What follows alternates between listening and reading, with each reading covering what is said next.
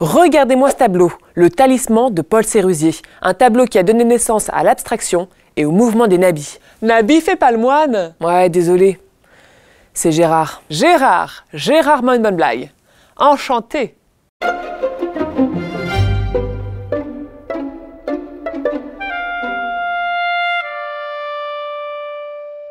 Salut les artistes, je ne peux pas passer à côté du mouvement nabi sans vous parler du peintre Paul Sérusier, parce que c'est lui qui a créé ce mouvement. Il en avait de l'idée. Un jour, alors qu'il était tranquillement en train de peindre, Paul Gauguin arrive vers lui et lui dit « Et dites donc, comment voyez-vous ces arbres ?»« Bah, ils sont verts. »« Bah, mettez du vert. »« Ok. »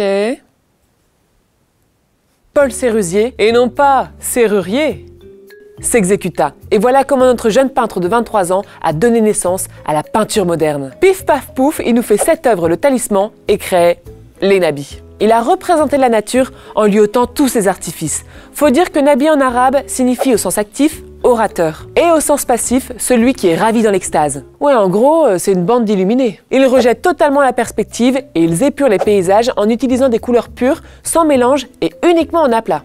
À plat de couture ? Sur le plan pictural, les nabis essayent de se libérer du réalisme et de l'impressionnisme.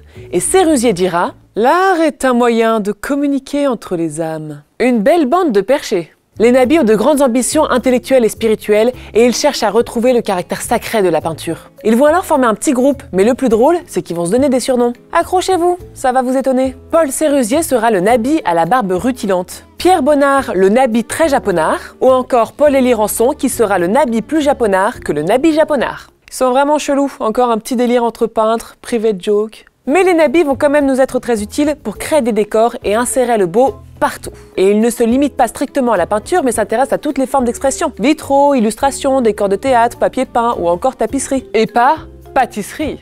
Ça y est, la petite graine est plantée et elle donnera naissance plus tard à l'abstraction. Ah non, j'ai plus rien. Ils sont quand même balèzes ces artistes.